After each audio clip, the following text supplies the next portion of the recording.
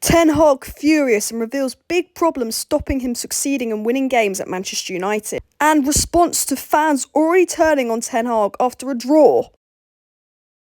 Erik Ten Hag has done an exceptional job at Manchester United despite it being early doors, and we're seeing glimpses of what he wants to do long term at Manchester United. The fullbacks are now starting to overlap. Manchester United are starting to dominate possession a little bit more, and players like Antony coming in are holding the width. But there's a big problem at Manchester United that needs to be solved in order for them to move forward as a club. Ten Hag speaks about this in his post-match reaction, but we can also see this from watching Manchester United games. How can Manchester United become that dominant team? It will take time, it is a rebuild, but what is the big problem really killing off Manchester United? Manchester United drew 0-0 with Newcastle yesterday, and Manchester United had a total of 89 shots in their last 4 games and only managed to score 6 goals.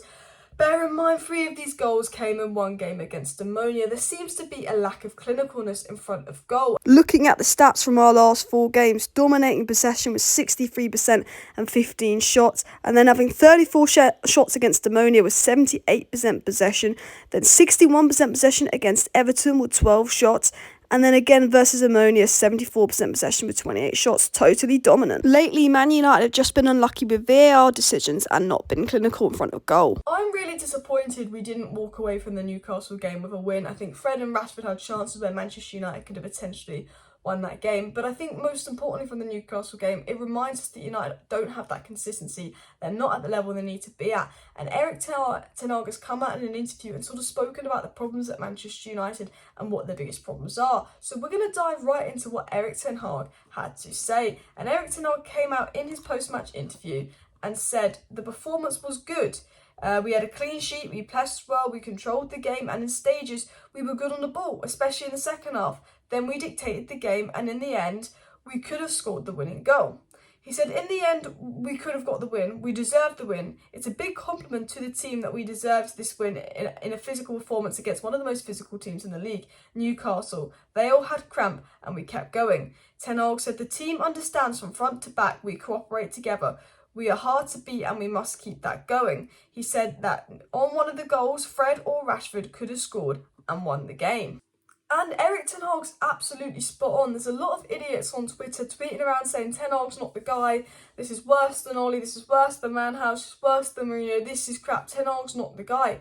But you've got to remember that United deserve to win that game. They deserve to win the Ammonia game. They're just not being clinical in front of goal. They're just not taking their chances, or maybe creating enough chances. There's a problem in the Manchester United attack. It's very obvious that they need an attacker. It's very obvious that they need a midfielder in. And it's very obvious that this is a long-term rebuild. We can't expect Ten Hag to come in right away, win all these games and get top 4. You know, this squad was arguably the worst Manchester United Premier League team of all time last season, and a few new players are coming, a new manager is coming, but that's not going to change that. You know, Newcastle 0-0 draw isn't a bad result, especially when you look at the performance and go, United deserve to win this game. So I don't get the people that are turning on Ten Hag.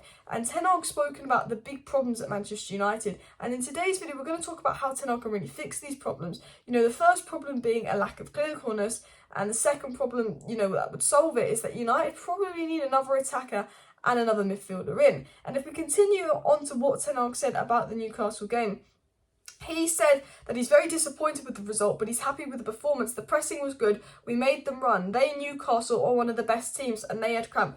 In the end, we break them, but we didn't kill them. We had the chances. And Manchester United's problem in games is they're not killing off teams. They have the chances, they don't take them, and they're not killing off teams. And a lot of people look at United and go, that's points. They only beat Ammonia 1-0. This team is struggling. But in fact, we are dominating possession. We're defending well. Lissandro Martinez, Varane, 2 of the best centre-backs out there at the moment for United, but they're not breaking down teams. They're not killing them off.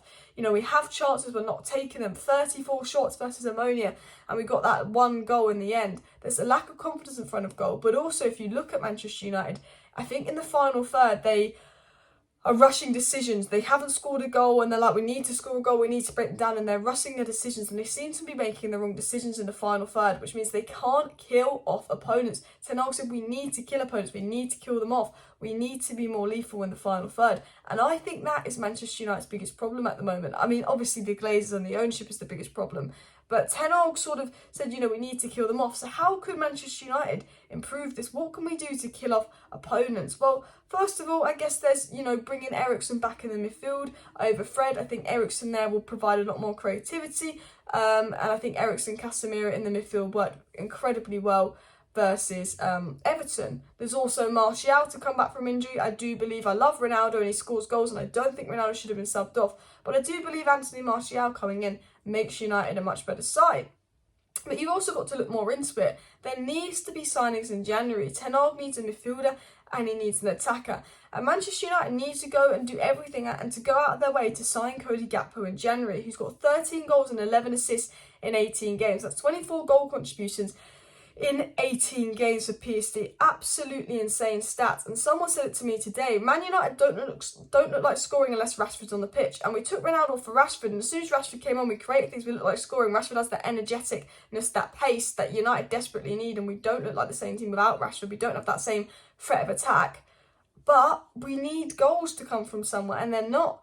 And Gakpo is a person that gets goals, that gets assists, that has that energy that Rashford have. If Rashford can't play, you can play Gakpo. You can play Gakpo and Rashford. You can play left wing. He can play centre forward. Man United needs to do everything to get Cody Gakpo. And the thing is, Cody Gakpo's 30 million. And Ten Hag's come out publicly and said he wants signings in January. David Ornstein's come out and said Ten Hag wants signings in January. We know Ten Hag wants signings. We know that Ten Hag wants Gakpo, and we know Gakpo is available in January. We know that Gakpo will be £30 million. We know that PSV will sell him. We know that Van Nistelrooy has a good relationship with United, so they will sell him to United. And we know Gakpo and Ten Hag share agents, so it's a very easy deal to do. But the biggest problem at Manchester United is an issue in ownership, where that deal seems less likely. So I think the first thing we need to do to solve the problem is to get another attacker in January. We need Gakpo. We need someone to get the goals for, because the defence is solid. The second problem is I think we need a long-term striker, a Ronaldo replacement, because as good as Martial has been this season, he can't stay fit. And Ivan Toney has 8 goals and 3 assists in 10 starts this season. That's 11 goal contributions in 10 starts this season. Has been absolutely incredible for Brentford. And what Ivan Toney brings to Brentford is, I think with Ronaldo, he's a striker that you've got to put opportunities into the box, and then, Ronaldo will score if you give him the chances. But Ivan Toney's a striker where I think United need him more than anyone else, because I think United are going to need a striker that actually creates chances, that can actually be involved in the link-up play, because we're not creating any chances for our striker at the moment. And Ivan Toney is that player, and Ivan Toney is most definitely the player Manchester United need. And I think, if we can get Ivan Toney in the summer, Gakpo in January, I think that will solve Manchester United's issues going forward. But you've also got to think about Manchester United's issues in midfield. We really need another creative midfielder. There's an over-reliance on Eriksen, who's playing out of position and cannot play every week. He will be absolutely exhausted. I think United should look at maybe even potentially getting Frankie de Jong in this summer. I think he's sitting on the bench for Barcelona. People say, Alice, the Frankie de Jong situation is over. He's sitting on the bench at Barcelona. He's not happy at Barcelona, and he is the key to Erik Ten Hag's plan. Him and Casemiro in midfield is key to our plan. There's a lack of creativity. There's a lack of someone good on the ball. But if we can't get Frankie de Jong, there's Maxim Caqueret of Lyon. That's a very good player. But also Nunez has just gone to Wolves. I think if Wolves get relegated, Nunez is the perfect box-to-box player that would complement Casemiro really well to play alongside him in the midfield. I'd even look at getting James Maddison if Leicester go down, because I think there needs to be competition for Bruno's role, as Bruno seems to be struggling. But in this video, I really want to talk about the main problem at United, which is the lack of creativity, the ability to kill off teams up front, which seems to be our biggest problem, bearing in mind, apart from the Glazers and the ownership. And I want this video to really divert your attention towards the fact that Ten Hag isn't the problem. It's a slow rebuild. It's going to take time. Ten Hag is getting them to play decent football, getting them to dominate games. The performances haven't been bad. They've not been the most exciting, but there is really some potential here. And I think you've got to remember that this Manchester United side, unfortunately, is going to be inconsistent. People forget the football we're playing right now is not Ten Hag, but it's not the exact same football he did at Ajax. He doesn't want to overwhelm the Manchester United squad by playing a completely different way of play. Otherwise, we'll be losing 4-0 to Brentford every week. The players aren't used to Ten Hag's play. They're players that are used to a very different system. So Ten Hag's slowly adapting bits of his system one by one. You see, United are playing quite a low line because of De Gea's, inability to be good on the ball and come off his line. So we're playing quite a defensive line. And that's not Ten Hag ball. But then we have players like Lisandro Martinez who are being quite progressive and then going up high up the pitch with their passing, which is Ten Hag ball. The fullbacks are now starting to overlap, which is Ten Hag ball. Anthony coming in is holding the width, which is Erik Ten Hag ball. But aspects of United are a little bit more defensive, a little bit more counter-defensive, which is not what Ten Hag does at Ajax. And that is because Ten Hag doesn't want to completely overload Manchester United with a complete new system that half the players won't be able to play. So he's slowly having bits of the old United merged with bits of the way he plays at Ajax. And over the years, when he gets the signings in, when he gets the new players in that he wants, you will see him adapt to this attacking football. And Ten Hag is a brilliant manager. He's going to need time, he's going to need signings, he's going to need backing, he's going to need the players he wants to play. And one of the big issues, which we're going to talk about in today's video, is the attack. We're doing well defensively at the moment. The midfield had a few question marks over it due to creativity. We do need a creative midfielder, but a big issue at United is the attack. They're not going to get results. We are going to be unlucky. We don't have it in us yet. But what we do see is a United side that's looking absolutely solid at the back, slowly improving, and Ten Hag is building something. He needs more players, he needs time. And I say to every Man United fan, just back Ten Hag. Like, he needs time. Do not be turning on him. I think he should have made subs. I think, this game highlights the importance of Scott McTominay and Eriksen. But it's a long-term process, and we see game after game after game, the players are slowly following what Ten Hag wants them to do. Casemiro came out and said that, all the Man United players love Ten Hag. They saw what he did at Ajax. He was absolutely incredible at Ajax. Wow, what's he done? And that he knows and believes in Ten Hag, and that Ten Hag doesn't have all the players yet. We're not used to playing a system, but we're going to slowly adapt and be able to play a system. And the United players believe in Ten Hag. They believe in Ten Hag's long-term plan. And I look at the Newcastle game and I look at United's biggest problem. It's nothing to do with tactics. It's nothing to do with the manager. It's to do with getting the right players in, because we're missing profiles and we're not creating chances. And that is on the board. That is on ownership. That is on more. I also want to add this into the video and just remind people of how toxic United was last season. Players fighting, dressing room leaks coming out left, right and centre. Players on the pitch clearly just looking like they didn't want to be there. I remember Rashford wouldn't even run, and there was no tracking that, there was no running. Ten Hag's cleared the lack of effort bit. United aren't dropping points because of a lack of effort. After Brentford, he stopped that. Ten Hag's put a big stop to the lack of effort.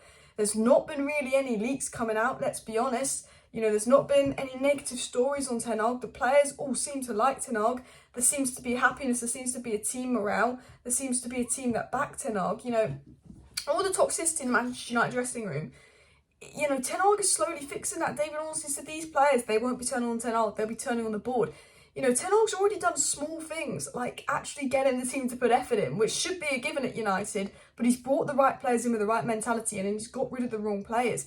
He's getting an atmosphere where, if you want a new contract, you've got to deserve it. He's not giving Fred or De Gea a new contract yet. Maybe Delo will get one, but not just yet. They've got 1 year left. He's saying to the board, no, do not hand out contract without my permission. He's bringing in players he wants. He's benching players that are underperforming. He's making it an environment where you have to perform well to get in the team. You're not going to get in the team because you're a favourite. You're going to get in the team because you deserve to play. You're going to be dropped. Ronaldo's going to be benched. No one's undroppable. No one's unbenchable. You miss training, you're out. You're late for training, you're out. You're late for a teammate, you're out. He's installing discipline. He's winning over the dressing room. He's maintaining control. He's getting the players to try, and he's slowly implementing what he wants to do on the pitch. And it will take time, but he will need signings. And as we spoke about in this video, Ivan Toney, Gakpo, and a midfielder to start. We still need a defender. We still probably need a more progressive goalkeeper, as much as I love De Gea. So this video is really like, if it doesn't make sense, it's me talking about what Ten Hag's biggest issues are right now. He's come out and said what they are, but also how we fix that, and also why we shouldn't be turning on Ten Hag, because it's a long-term rebuild as well. Smash a like, smash a subscribe. We'll be live tonight at 6 PM with Rafael Leao news to United and more.